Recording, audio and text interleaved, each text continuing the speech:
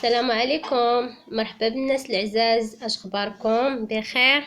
ومرحبا بالناس الجداد هما. ما تنساوش الضغط على زر الاشتراك وتفعيل الجرس باش يوصلكم. ما تبخلوش عليا بلي لايك ديالكم. اليوم غنبارطاجي معكم واحد الوصفه اللي جربتها، والله وصفه زوينه بزاف والنتيجه كانت رائعه. وصفه زوينه بزاف، كتزول اثار الحبوب والبقع الداكنه وكتوحد لون البشره. المهم نبداو بالمكونات. معلقه عنيدو، معلقه القهوه، معلقه الروز مطحون، وصفار بيضاء.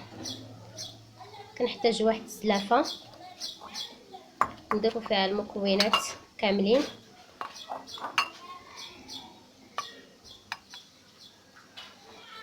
نيدو والقهوه والروز مطحون. كنضيفو عليهم صفار بيضاء، كنخلطوهم مع بعضياتهم حتى كنحصلوا على واحد الخليط متجانس.